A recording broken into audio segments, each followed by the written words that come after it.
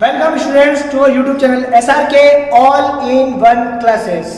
जी हाँ, स्वागत है आपका। अभी तक हम 10th क्लास की 2 चैप्टर्स कंप्लीट कर चुके हैं, चैप्टर 1, चैप्टर 2। अब चैप्टर 3 जो है वो है pair of linear equation in 2 variables. इस चैप्टर में अभी तक हमने जो सीखा है पॉलिनॉमियल्स में, पॉलिनॉमियल्स जो होते हैं वो वेरिएबल्स और कांस्टेंट का एक कॉम्बिनेशन होता है, हमने सीखा था। अब इसी में उन्हीं पॉलिनॉमियल्स की फॉर्म जो है वो इक्वेशन के रूप में बदल जाएगी और यहाँ पर 2 वेरिएबल्स होंगे। कितने? 2 वेरिएबल्स। जनरली पॉलिनॉमियल एक वेरिएबल होता है, 2 भी हो सकते हैं, परंतु यहाँ पर 2 वेरिएबल्स होंगे और उन दोनों की वैल्यू हमें डिफाइन करनी है, कैसे निकालनी है। देखिए यहाँ पर चालू करते हैं, pair of linear equation in 2 variables. Pair का मतलब हमें पता है, पेयर का मतलब होता है 2। Pair of linear equation, linear यानी वो अगर हमें x अभी जस्ट 9th में भी हम पढ़ चुके हैं, x एक्सिस और y एक्सिस में अगर उसको ड्रॉ करूं उनके पॉइंट्स को, तो एक लीनियर इक्वेशन आएगी। मतलब लीनियर यानी कि लाइन ड्रॉ होगी, ठीक है। तो इसलिए वो लीनियर इक्वेशन है। कितनी है? 2 होगी इन 2 वेरिएबल्स। 2 वेरिएबल्स हमारे होंगे x और y या y z, कोई भी 2 वेरिएबल्स हो सकते हैं। अब एक चीज जो इंपॉर्टेंट मैं यहाँ पर कहना चाहता हूँ, जितने वेरिएबल्स होते हैं उसको सॉल्यूशन करने के लिए हमें उतने ही इक्वेशन चाहिए। अगर यहाँ पर 2 वेरिएबल्स हैं तो हमें 2 इक्वेशन चाहिए, इसलिए यहाँ पर पेयर लिखा है, 2 लीनियर इक्वेशन, ठीक है। मान लो जैसे कोई इक्वेशन है x + y + 3 = 0, ये इक्वेशन है। अच्छा, आप कहेंगे सर इक्वेशन और पॉलिनॉमियल में क्या डिफरेंट है? इससे जो पहला चैप्टर, इससे जो जस्ट प्रीवियस चैप्टर था वो था पॉलिनोमियल्स। पॉलिनोमियल्स और इक्वेशन में क्या डिफरेंस है? सर इक्वेशन और पॉलिनोमियल्स में क्या डिफरेंस है, ये बता दीजिए। पॉलिनोमियल्स जो होता है वो केवल एक कॉम्बिनेशन होता है वेरिएबल्स और कांस्टेंट का, जैसे x + y + 3। अगर इसी एग्जांपल की बात करूं, ये पॉलिनोमियल है। परंतु अगर इसके = मैंने 0 या कोई कांस्टेंट लिख दिया, मतलब तो इक्वेशन बन गई। मतलब x + y + 3 = 0 हो गया, that is the equation and that is the polynomial, ठीक है। इसका कोई सॉल्यूशन नहीं है, बट इक्वेशन का कोई ना कोई सॉल्यूशन होता है।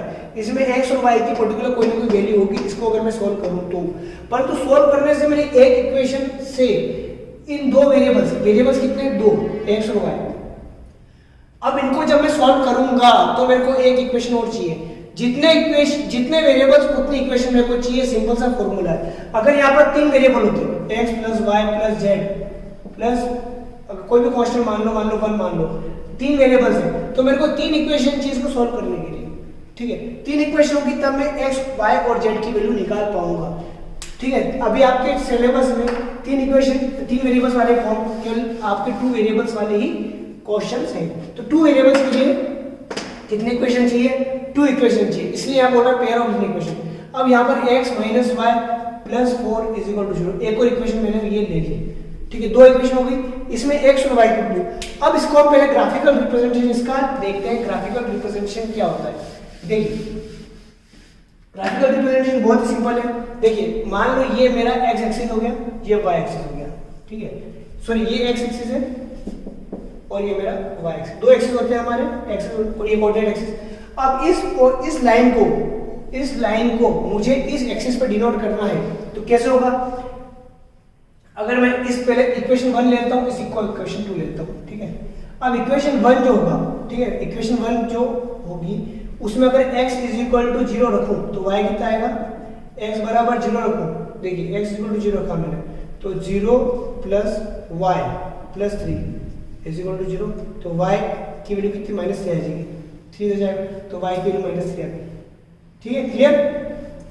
चलिए एक और पॉइंट ले लेते हैं। अब y 0 कर लेते हैं। y अगर 0 कर तो s की वैल्यू कितनी होगी? वो भी -3 हो जाएगी। x मैंने 0 कर दिया तो y की वैल्यू कितनी? -3 हो गई, ठीक है। अब इन दोनों पॉइंट को मैं इस पे लोकेट कर दूं इधर, ठीक है। अब मैं इक्वल डिस्टेंस पर इन पॉइंट को लोकेट करता हूं, 1 2 3 4 5 6 7, ठीक है। इधर आएगा -1 -2 -3 -4। सिंपल, ऊपर पॉजिटिव रहता है, 1 2 3 4। यूनिट हमें सेम देनी है और स्केल सेम रखनी है, एक्सिस और एक्सिस पे, -2 -3 -4 -5, ठीक है। अब x अगर मेरा 0 है तो y -3 है, x अगर मेरा 0 है, ये 0.00 होता है, x अगर मेरा 0 0 0 है, x अगर 0 है तो y कितना है -3 का आएगा नीचे, ठीक है। एक पॉइंट हो गया, इस पॉइंट की कोऑर्डिनेट होगा x0 y -3, ठीक है।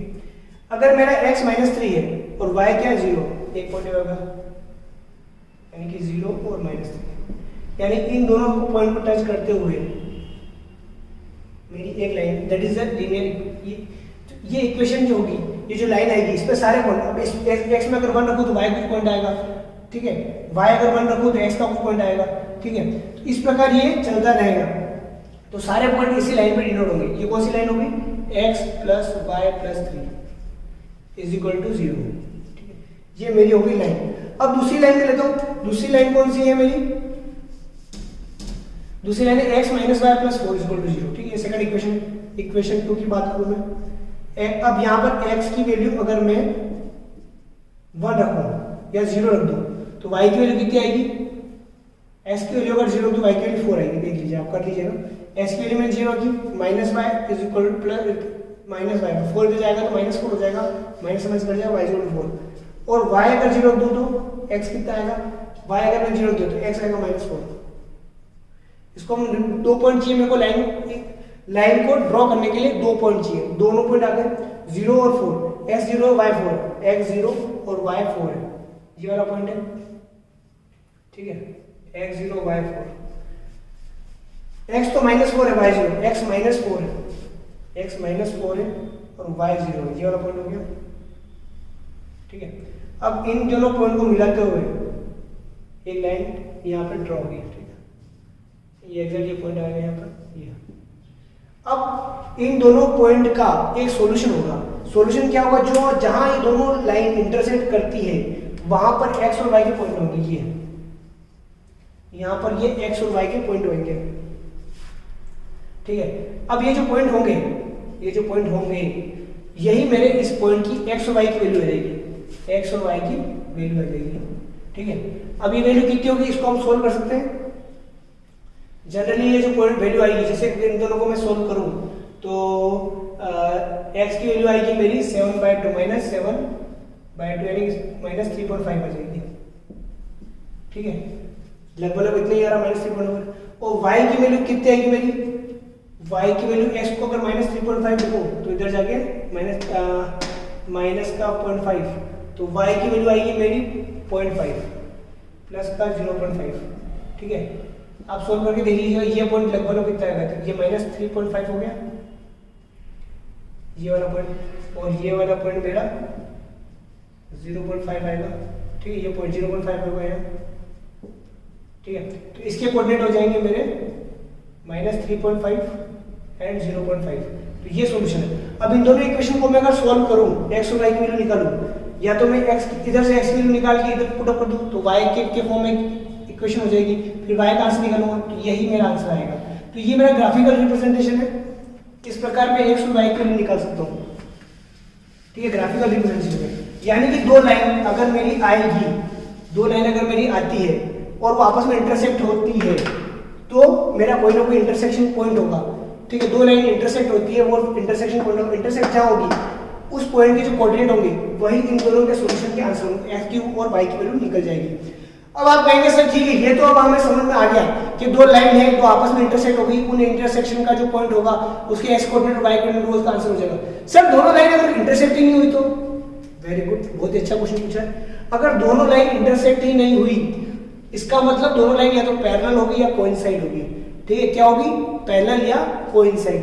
अगर मान लो दोनों लाइन पैरेलल होगी, सपोज पैरेलल ये कैसे क्या होगा, मान लो पहला इक्वेशन मैं सेम रखता हूँ x + y + 3 और दूसरी इक्वेशन में करता हूँ 2, दूसरी इक्वेशन में करता हूँ x + y + 6 = 0, सेम इक्वेशन है, ठीक है। अब x की वैल्यू यहाँ पर पहली इक्वेशन मतलब ये वाला मेरा पॉइंट आ गया था, ये लाइन आई थी x + y + 3 = 0, सेम है। ये वाली इसको मैं थोड़ी देर के लिए इस लाइन को हटा देता हूँ, इस लाइन को मैं हटा देता हूँ यहाँ से, ये लाइन को हटाता हूँ, ठीक है। ये लाइन में रहेगी x + y + 3 = 0, ये है, ठीक है। अभी एज इक्वल की मैंने मैन्युअली बनाया एग्जैक्ट ग्राफ भी नहीं है ये पोजीशन, फिर भी आप समझ सकते हैं -3। ठीक है, ये मैंने लाइन ये बना ली। अब इसके पॉइंट में बनाऊं, इक्वेशन 2 ये मेरी हो गई। अब इक्वेशन 2 के पॉइंट क्या होंगे, x अगर मेरा 0 है तो y कितना होगा, y -6 होगा। y अगर 0 तो x कितना होगा, y अगर 0 तो x कितना होगा, -6 होगा। क्लियर। अब 0 और -6 और 0 और -6, x तो मेरा 0 है, y -6 है, यहाँ पर एक पॉइंट आएगा, ये -6 हो गया, यानी कि ये हो गया मेरा 0 और -6। ठीक है, एक पॉइंट और चाहिए मैंने लाइन बनाने के लिए। x मेरा -6 और y 0, x तो है -6, माइनस पर माइनस यहाँ भी आएगा, -3, ये -4, ये -5, -6, x तो है -6 और y क्या है 0, यहाँ पर एक पॉइंट आएगा, ये मेरा पॉइंट होगा एक, ये होगा -6 और 0। ठीक है, अब इसको मिलाते हुए मैं एक लाइन खींचूंगा, ड्रॉ करूंगा। ठीक है, अब ये लाइन सही नहीं है, सीधी आ रही, इसके साथ लाइन सीधी खींच सकते। इसका क्या है, x + y + 6 = 0। ठीक है, ये दो लाइन मेरी ड्रॉ हो गई, एक x + y + 3 = सारे पॉइंट इसी पे आएंगे, x + y + 6 = 0। अगर x का कुछ वैल्यू तो y की वैल्यू इसी पे आएगी। अब ये दोनों लाइन क्या है, पैरेलल है, इन दोनों का इंटरसेक्टिंग पॉइंट तो कहीं होगा, मतलब कहीं इंटरसेक्टिंग पॉइंट नहीं होगा, तो इन दोनों का सॉल्यूशन क्या निकलेगा, 0 सॉल्यूशन। ये इनकंसिस्टेंट है, there is no solution of this two equations. यानी कि अगर दोनों लाइन पैरेलल होगी तो वो उनका सॉल्यूशन नहीं होगा। एक और उसका दोनों लाइन कोइंसाइड हो, क्या होगा, कोइंसाइड हो, वो भी हो सकते हैं, मतलब एक इक्वेशन ये होगी और एक और लाइन की इक्वेशन इसी पे ऊपर आती है, उसका भी कोई सॉल्यूशन नहीं निकलता। यानी कि किसी भी दो वेरिएबल्स का सॉल्यूशन निकालने के लिए हमें दो इक्वेशन चाहिए। दोनों इक्वेशन इस प्रकार होनी चाहिए कि दोनों लाइन, अगर मैं ग्राफिकल रिप्रेजेंट करूं तो दोनों लाइन जो है वो इंटरसेक्ट करे। Thank you. हाँ, तो एक्सरसाइज 3.1 हम लेते हैं इसके क्वेश्चंस। इसका फर्स्ट क्वेश्चन जो है वो इस प्रकार देख लीजिए, क्वेश्चन नंबर 1। अब इसमें बोल रहा है, Aftab tell his daughter, Aftab अपनी लड़की से कहता है, 7 years ago I was 7 times as old as you were then। ठीक है, also 3 years from now I shall be 3 times as old as you will be। Represent this situation algebraically and graphically। ठीक है, अब करना क्या है, एक व्यक्ति है आफ्ताब नाम का, उसकी एक डॉटर है, his daughter। ठीक है, अब आफ्ताब की जो एज है, अब यहाँ पे दो वेरिएबल्स है, हम क्या पढ़ रहे हैं, pair of linear equation, two variables. तो हमें जब इक्वेशन, कोई भी सॉल्यूशन क्वेश्चन को सोल्व करना है तो हमें इक्वेशन बनानी पड़ेगी। इक्वेशन इस फॉर्म में बनानी पड़ेगी कि दो वेरिएबल्स हम लें और उनको सोल्व करें, दो वेरिएबल्स। अब यहाँ पर दो वेरिएबल्स हमें लेने पड़ेंगे, एक तो है आफ्ताब की एज, आफ्ताब एज में मान लेता हूँ x है। ठीक है, यहाँ लिख देता हूँ सपोज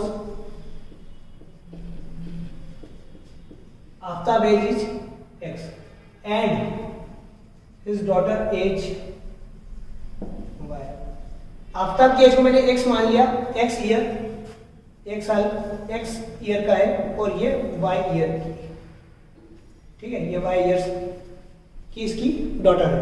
अब क्वेश्चन देखिए, 7 years ago, 7 साल पहले, I was 7 times as old as you were then। Aftab अपनी लड़की से कह रहा है कि 7 साल पहले मैं तुमसे 7 टाइम्स बड़ा था। ठीक है, अब देखिए ये एज है आफ्ताब, यहां मैं लिख दूं आफ्ताब, और ये उसकी लड़की डॉटर। अब आफ्ताब की एज कितनी है x, डॉटर की एज कितनी है y। अब 7 years ago, यहां मैं लिखता हूं 7 years ago, 7 साल पहले। 7 साल पहले क्या हुआ था, 7 साल पहले ये हुआ था कि ये भी 7 साल छोटा था और इसकी लड़की भी 7 साल, डॉटर 7 साल छोटी थी। तो 7 साल छोटा था मतलब x - 7 हो जाएगा, इतने साल का था। 7 साल पहले इसकी लड़की भी 7 साल की थी, 7 साल कम थी, तो ये भी y - 7 हो जाएगी इसकी एज। ठीक है, दोनों की एज मैंने 7 years कम कर दी। अब बोल रहा है, ये बोल रहा है कि मैं 7 टाइम्स बड़ा था तुमसे। 7 टाइम्स बड़ा था कौन, मैं बड़ा था, मैं बड़ा था मतलब इस लड़की में। अगर मैं 7 को मल्टीप्लाई कर दूं लड़की की एज कम होगी, उसमें अगर 7 का मल्टीप्लाई कर दूँ तो इसकी एज के बराबर आ जाएगा। क्लियर? बस ये तो हो गई इक्वेशन 1। इससे हमको एक इक्वेशन मिल जाएगी। पहले ये सॉल्व कर लेते हैं। तो x minus 7 is equal to 7 का मल्टीप्लाई होगा 7y, तो 7 मल्टीप्लाई नीचे माइनस 49। ठीक है, x माइनस 7y और माइनस 7 और 49 इधर आके प्लस का हो जाएगा इज इक्वल टू 0। ठीक है, मैं सबको इधर लेके आ गया। ठीक है, 7y माइनस का होगा 49 प्लस का हो जाएगा। अब ये मेरी इक्वेशन होगी x माइनस 7y, 49 में से 7 गए तो 42 आते हैं प्लस के 42 इज इक्वल टू 0। ये मेरी एक इक्वेशन बन गई। ठीक है, दो इक्वेशन चाहिए, दो वेरिएबल्स। अब वो आगे क्या बोल रहा है, आल्सो 3 इयर्स फ्रॉम नाउ, मतलब आज से 3 इयर्स बाद, मतलब आफ्टर 3 इयर्स, आफ्टर 3 इयर्स 3 साल बाद क्या होता है, देखिए 3 साल बाद ये आफ्ताब है और ये उसकी डॉटर है। आफ्ताब की एज x है और डॉटर की एज y है। 3 साल बाद ये भी 3 साल बड़ा हो जाएगा, x प्लस 3 हो जाएगा, ये भी इसकी एज 3y प्लस 3 हो जाएगी। ठीक है, 3 साल बाद 3 times as old as you will be, तुम्हारी जो एज होगी मैं उससे 3 गुना बड़ा होगा। तो इसकी एज जो होगी, अगर मैं इसमें 3 का मल्टीप्लाई कर दूं, इसकी एज में अगर 3 का मल्टीप्लाई, तो आप सबके बराबर आ जाएगी। ठीक है, तो इसको सॉल्व करते हैं। x plus 3 is equal to 3y plus 9। तो x y को दिलाएंगे तो माइनस 3y हो जाएगा और प्लस का 3 माइनस का 9 is equal to 0। x minus 3y minus का 6 इज इक्वल टू 0। ये हमारी इक्वेशन 2 होगी। तो दो इक्वेशन हमारी आ गई, इक्वेशन 1 और इक्वेशन 2। इन दोनों को सॉल्व करेंगे तो हमें x और y की वैल्यू। अब ये बोल रहा है कि represent this situation algebraically and graphically. अब अलजेब्रिकली तो ये मैंने रिप्रेजेंट कर दी इक्वेशन 1 एंड इक्वेशन 2। अब ग्राफिकली भी रिप्रेजेंट करना। ग्राफिकली में सिखा चुका हूं। इसके कोई 2 पॉइंट ले लेंगे, जैसे ग्राफ बनाएंगे हम, इस ग्राफ फॉर्म में बनाते हैं। ये ग्राफ बनाएंगे, x एक्सिस 0, इधर x, ये x डैश, y डैश। हम एक इसके लिए 1 2 3, इधर माइनस 1 2 3 माइनस 2 माइनस। अब इसके हम मेरे को 2 पॉइंट लेने, 2 पॉइंट पे एक लाइन में ड्रॉ कर सकता हूँ। अब x अगर 0 लूंगा तो y कितना आएगा, बता सकता हूँ। x अगर 0 है तो y कितना आया, minus 7y is equal to 42, y is equal to 6 आएगा। ठीक है, y इज इक्वल टू 6 आएगा। अब y 0 लिया तो x कितना आ गया, y 0 लिया तो x आ जाएगा माइनस 42। ये बड़ा इजी है निकालना। कोई भी x 0 कर दो y, हम पॉइंट को लोकेट करना भी इजी रहता है हमारे। इसी प्रकार यहाँ पे x और y की पॉइंट निकालूंगा, 2 पॉइंट निकालूंगा। इसमें x अगर 0 रखूं तो y कितना आएगा, x अगर 0 रखा तो 3y is equal to minus 3y is equal to 6, minus 3y, देखिए minus 3y is equal to 6 और y is equal to minus 2, y की वैल्यू माइनस 2 होगी। अब y 0 कर दिया मैंने, y 0 कर दिया तो x प्लस 6 आएगी। ये 2 पॉइंट आ गए, इसके 2 पॉइंट आ गए 0 और माइनस 2 और 6 और 0। यहाँ पर 2 पॉइंट आ गए 0 और 6 और माइनस 42 और 0।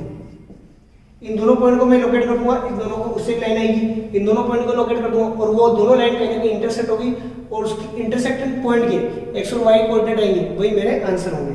हमें आंसर निकालने नहीं, केवल हमको रिप्रेजेंट करना है ग्राफ में भी। यही क्वेश्चन में पूछा है। सेकंड क्वेश्चन है, the coach of a cricket team, एक कोच है क्रिकेट टीम का, buys 3 bat and 6 ball of ₹3,900। एक वो 3,900 का के लिए 3 बैट और 6 बॉल खरीदता है। लेटर बाद में शी बाइज अनदर बैट एक बैट एंड 3 मोर बॉल्स, एक बैट और 3 बॉल खरीदता है।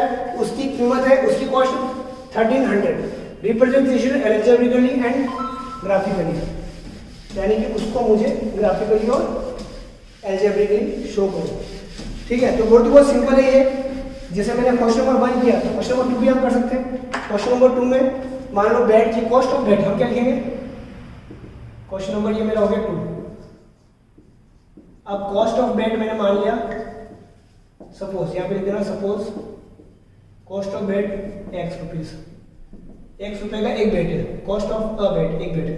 कॉस्ट ऑफ अ बॉल, एक बॉल की कॉस्ट कितनी है, y। ठीक है, अब ये बोल रहा है कि अगर मैं 3 बैट और 6 बॉल कर दूं, 3 बैट की कीमत कितनी हो जाएगी, 3x हो जाएगी और 6 बॉल यानी 6y, एक बॉल की कीमत y, उसकी कॉस्ट कितनी आ रही है, ₹3,900। ये मेरी इक्वेशन बन गई। फिर वापस एक बैट मतलब x प्लस और 3 बॉल और खरीदी, उसकी कीमत कितनी है मेरी 1300 है। इसको क्या करना, ग्राफिकली रिप्रेजेंट करना है। अब देखिए इस इक्वेशन में मैं 3 कॉमन निकाल सकता हूँ सब में। 3 इधर भी कॉमन निकाल दूंगा, इधर भी कॉमन निकाल दूंगा, या 3 का 2 तरफ डिवाइड कर दूँ। 3x + 6y = 3900। इधर भी 3 का डिवाइड कर दिया, इधर भी 3 का डिवाइड कर दिया, या 3 का डिवाइड मैंने इधर किया तो दोनों में हो जाएगा। ठीक है, इसको सिंप्लीफाई करता हूँ, उसको लिखता हूँ x + 2y = 1300। ये इक्वेशन मेरी ये हो गई। और दूसरी इक्वेशन तो यही है, इसको उतार दूंगा, x + 3y = 300। 2 इक्वेशन आ गई। कितने वेरिएबल्स है? 2 वेरिएबल्स है, x का कॉस्ट ऑफ गेट और कॉस्ट ऑफ बॉल। 2 वेरिएबल्स है, 2 इक्वेशन, दोनों को ग्राफिकली मैं रिप्रेजेंट कर दूंगा और दोनों का आंसर मैं निकाल सकता हूँ। देखिए आंसर आएगा, x जो बेट की कॉस्ट है वो 1300 रुपये, y की कॉस्ट कुछ भी नहीं, 0 है। आप देख लीजिएगा, ठीक है, क्योंकि y की कॉस्ट इनको सॉल्व करेंगे तो ये आएगा आंसर। चलिए अगला देखिए, question number 3। The cost of 2 kg of Apple and 1 kg of grapes. 2 kg जो कॉस्ट है एप्पल की वो और 1 kg ग्रेप्स की जो कॉस्ट है मिलाकर 160 रुपये होते हैं। आफ्टर ए मंथ, एक महीने बाद मान ले ये कॉस्ट जो है वो घटती बढ़ती नहीं है, मान लो वही रही कॉस्ट। ठीक है, एप्पल भी उतने के रेट मिल रहे हैं और ग्रेप्स की 4 kg एप्पल और 2 kg ग्रेप्स मिलाकर 300 रुपीज है। Representation algebraic and geometric. अब देखिए यहाँ पे मैं थर्ड क्वेश्चन में कॉस्ट ऑफ एप्पल कर दूंगा। कॉस्ट ऑफ एप्पल्स कितनी है मेरी? x। ठीक है, मतलब cost of apples of 1 kg, 1 kg की 1 kg की कीमत कितनी, मतलब x रुपये पर kg हो गया। और ये मेरा हो जाएगा कॉस्ट ऑफ ग्रेप्स। ग्रेप्स का 1 kg कॉस्ट कितनी है? y rupees. ठीक है, okay, then what is the on a day. ठीक है, अब एक दिन जो है 2 kg ऑफ एप्पल्स यानी 2x plus 1 kg of grapes कितनी आ जाएगी? रुपीज 160 रुपीज आ जाएगा। ठीक है, उसके बाद कुछ महीना बाद 4 kg जो एप्पल है और 2 kg ग्रेप्स है, इसकी कॉस्ट कितनी? 300 है। ठीक है, represent the situation algebraic and graphically. ठीक है, अब देखिए ये जो इक्वेशन 1 हो गई, इक्वेशन 2 है। ठीक है, इसको देखिए, इसमें 2 इधर भी कॉमन आ रहा है, इधर भी कॉमन आ रहा है, यानी 2 का डिवाइड मैं दोनों तरफ कर सकता हूँ। 4x/2 plus 2y/2 = 300/2। ये मेरा आ जाएगा 2x प्लस y = 150। अब ये इक्वेशन देखिए और एक इक्वेशन देखिए। एक्चुअली अब इक्वेशन 2 ये होगी। ठीक है, 2 को मैंने और सिंप्लीफाई कर दिया। अब 1 और 2 में देखिए दोनों का a और ये 2x + y, ये 2x + y। ठीक है, यानी कि ये दोनों पैरेलल आएगी। अब जब आप इसको ग्राफिकली रिप्रेजेंट करोगे, इसको इन दोनों के कोऑर्डिनेट निकालोगे, 2 पॉइंट निकालोगे, उसको एक लाइन बनाओगे, इसके 2 पॉइंट निकालोगे, एक लाइन बनेगा। दोनों लाइंस क्या आएगी? पैरेलल आएगी। पैरेलल आएगी मतलब आपको सॉल्यूशन नहीं निकलेगा। आप इसको सॉल्व करोगे अगर तो भी इसका कोई सॉल्यूशन नहीं निकलेगा, क्योंकि पैरेलल है, क्योंकि वो दोनों लाइन इंटरसेक्ट ही नहीं करेगी। तो हमें 2 लीनियर इक्वेशन को सॉल्व करने के लिए उन दोनों इक्वेशंस जो है वो पैरेलल नहीं होनी चाहिए। मैंने समझा चुका था, इसी पे ये क्वेश्चन बेस्ड है। Thank you.